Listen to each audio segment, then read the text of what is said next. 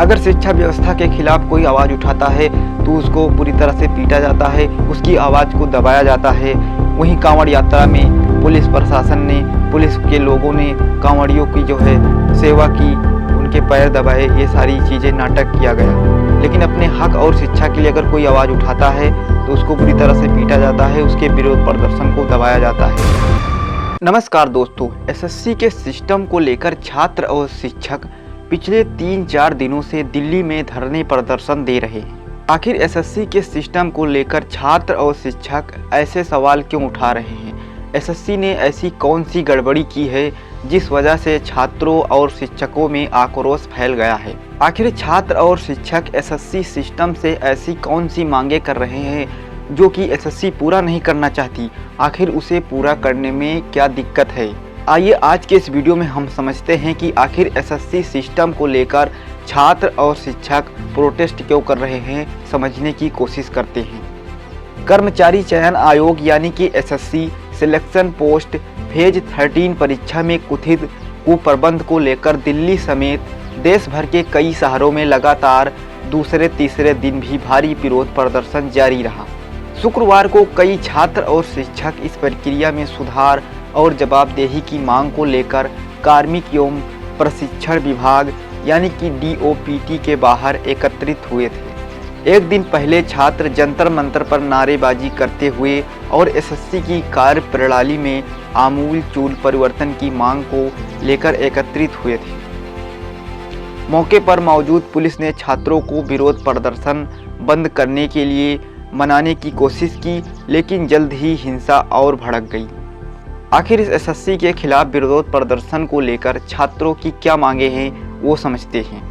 छात्रों और शिक्षकों को विरोध प्रदर्शन के लिए प्रेरित करने वाली ये बातें हैं। छात्रों ने कई मुद्दों पर चिंता जताई, जैसे एसएससी द्वारा कई बार परीक्षाएं रद्द करना, परीक्षा केंद्रों के आवंटन जैसी प्रशासनिक खामियां और परीक्षा तिथि से 2 दिन पहले भी एडमिट कार्ड का जारी न करना। आमतौर पर एसएससी 4 दिन पहले एडमिट कार्ड जारी करता है, लेकिन इस बार एसएससी ने जो है फेज 13 की परीक्षा में 2 दिन पहले तक भी एडमिट कार्ड जारी नहीं किया था। एक गंभीर मुद्दा यह भी था कि जयपुर के एक छात्र को अंडमान और निकोबार द्वीप समूह में परीक्षा केंद्र आवंटित किया गया, जबकि आमतौर पर छात्रों को वरीयता के आधार पर उनके स्थान के निकट ही परीक्षा केंद्र आवंटित किए जाते हैं। छात्रों ने कई परीक्षा केंद्रों पर तकनीकी समस्याओं जैसे सिस्टम का क्रैश होना, माउस जैसे सहायक उपकरण का काम न करना, स्क्रीन का काला पड़ जाना और सर्वर जैसी समस्याओं को भी उजागर किया है। छात्रों ने सुरक्षा कर्मियों और स्टाफ पर दुर्व्यवहार और अनुचित व्यवहार का भी आरोप लगाया है।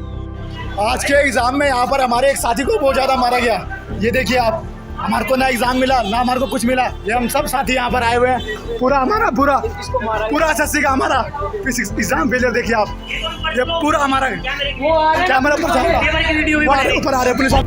एसएससी के इस सेंटर की देखरेख ब्लैक लिस्टेड एजेंसी ने की, यह भी एक बहुत बड़ा मुद्दा है।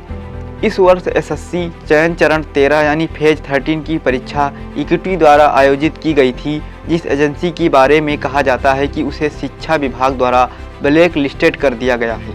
छात्र लंबे समय से इक्विटी के खिलाफ विरोध प्रदर्शन कर रहे हैं, जिनका नाम कुख्यात व्यापम घोटाले से भी जुड़ा हुआ है, जिसमें रिश्वतखोरी, बैठने की व्यवस्था में हेराफेरी और परीक्षार्थियों द्वारा नकल करना शामिल है।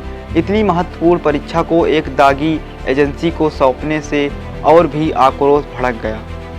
अपने ट्रैक रिकॉर्ड के बावजूद इक्विटी आगामी एसएससी परीक्षाएं भी आयोजित करने वाली है, जिसमें संयुक्त स्नातक स्तर यानी सीजीएल परीक्षा भी शामिल है। सीजीएल की इस परीक्षा में 3 मिलियन से अधिक अभ्यर्थी भाग लेंगे, जिससे परीक्षा के प्रशासन को लेकर गंभीर चिंताएं पैदा हो गई हैं। इसके अतिरिक्त अनिवार्य आधार प्रमाणीकरण ने और भी बाधाएं उत्पन्न कर दी, जिसके कारण कई छात्र फॉर्म जमा नहीं कर पाए या परीक्षा केंद्रों पर समस्याओं का सामना करना पड़ा। छात्रों की मुख्य चिंताएं एसएससी चरण 13 परीक्षा का बार बार रद्द होना भी है। कई छात्र अलग अलग शहरों से आए हुए थे और परीक्षा केंद्र पर पहुंचने पर उन्हें बताया गया कि आपकी परीक्षा रद्द की गई है। इस परीक्षा के रद्द होने के बारे में उन्हें पूर्व कोई सूचना भी नहीं दी गई। उन्हें सेंटर पर पहुंचने पर बताया गया कि आपकी परीक्षाएं रद्द हो गई हैं। इसमें दिखा रहा है आर के डिजिटल सेंटर नंबर 2 और गेट नंबर 2, और ये मैंने अभी एसएससी की साइट से डाउनलोड किया है। इसमें सेंटर दिखा रहा है Pawan Ganga. On the spot centre change किया है इन लोगों ने, ऑन द स्पॉट। अब मैं वहाँ जा भी नहीं सकती हूँ, इतनी दूर यहाँ से वहाँ तक पहुँचना मेरे लिए इम्पॉसिबल है। ये जो दिख रहा है आपको, ये जंगल लग रहा होगा, पर जंगल नहीं है। सच्चाई तो ये है, ये एसएससी का एग्ज़ाम सेंटर है। मोहिनी देवी सामने आपको दिख रहा होगा, ये एसएससी का एग्ज़ाम सेंटर है। और देख लीजिए, ये देखिए, प्रयागराज से हम 300 किलोमीटर दूर एसएससी का पेपर देने आए थे। मतलब कि ये सेंटर मुझे लग रहा है खेत के बीचों बीच सेंटर, किसी का मकान था, उसको ये लोग सेंटर बना दिए हैं। बिल्कुल वहाँ से स्टेशन से 7-8 किलोमीटर की दूरी ये सेंटर था, जहाँ से कोई ऑटो कोई साधन नहीं मिल रहे थे। जिसके पास बाइक था वो आ रहा था, बाकी जिसके पास बाइक नहीं है उन्हें पैदल ही जाना था सेंटर तक। बाकी देख सकते हैं यहाँ का माहौल देखिए, बिल्कुल खेतों के बीचों बीच एक मकान है। पहले एसएससी की परीक्षाएं टाटा कंसल्टेंसी सर्विसेज कंडक्ट कराती थी, और यही छात्रों की मांग भी है कि पहले की तरह एसएससी की परीक्षाएं कंडक्ट कराने का जो है कंट्रैक्ट टीसीएस को दे दिया जाए। अब एक बड़ा सवाल है कि आखिर एसएससी परीक्षा कंडक्ट कराने का जो है कंट्रैक्ट टीसीएस के बजाय इक्विटी को क्यों दे रही है। इसके पीछे सिर्फ एक ही रीज़न है दोस्तों, और वह है जो है कि इक्विटी जो है सस्ते में कंट्रैक्ट लेती है। यानी एसएससी कुछ पैसे बचाने के लिए लाखों छात्रों की ज़िंदगी जो है दांव पर लगा रही है। एसएससी फेज़ 13 की परीक्षा में जो धोखाधड़ी हुई है उसको परीक्षाओं को फिर से आयोजित की जाए, यह भी छात्रों की मांग है। और जो है एसएससी परीक्षा को आयोजित कराने का कंट्रैक्ट इक्विटी के बजाय टीसीएस को फिर से दे दिया जाए। छात्रों की सिर्फ इतनी ही मांग जो है एसएससी पूरा नहीं करना चाहती।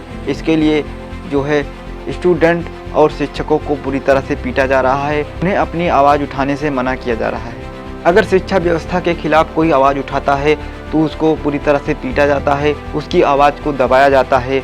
वहीं कांवड़ यात्रा में पुलिस प्रशासन ने, पुलिस के लोगों ने कांवड़ियों की जो है सेवा की, उनके पैर दबाए, ये सारी चीज़ें नाटक किया गया। लेकिन अपने हक और शिक्षा के लिए अगर कोई आवाज़ उठाता है तो उसको बुरी तरह से पीटा जाता है, उसके विरोध प्रदर्शन को दबाया जाता है। यानी आप अपनी आवाज़ शिक्षा के लिए नहीं उठा सकते। अगर आप पढ़े लिखे रहेंगे तभी सरकार से सवाल करेंगे।